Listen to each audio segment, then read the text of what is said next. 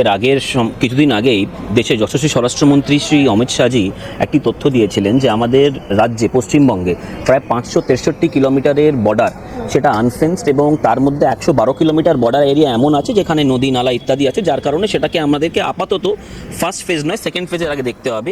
কিন্তু প্রায় 450 কিলোমিটার ফেন্সিংয়ের জন্য রাজ্য সরকার ল্যান্ড অ্যালোকেট করিনি। That means the sole responsibility was on the state government.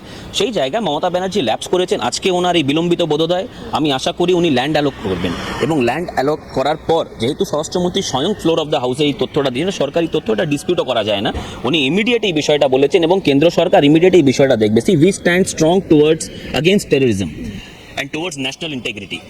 আমরা কিন্তু এক এই জায়গায় মমতা ব্যানার্জির কাছ থেকে, যেহেতু বিজেপি যুক্তরাষ্ট্র পরিকাঠামো ফেডারেল ইনফ্রাস্ট্রাকচারকে রেসপেক্ট করে, ফেডারেল স্ট্রাকচারকে, আমরা কিন্তু এই গোটা বিষয়কে নিয়ে অত্যন্ত সিরিয়াস, এবং এই বিষয়ে আমি আশাবাদী যে মমতা ব্যানার্জি এক রাজ্যের মুখ্যমন্ত্রী হিসেবে ল্যান্ড অ্যালট করবেন এবং ইমিডিয়েটলি বর্ডার ফেন্সিংয়ের কাজের জন্য যা যা মেজার্স নেওয়ার আছে তার জন্য উনি কোঅপারেশন করবেন।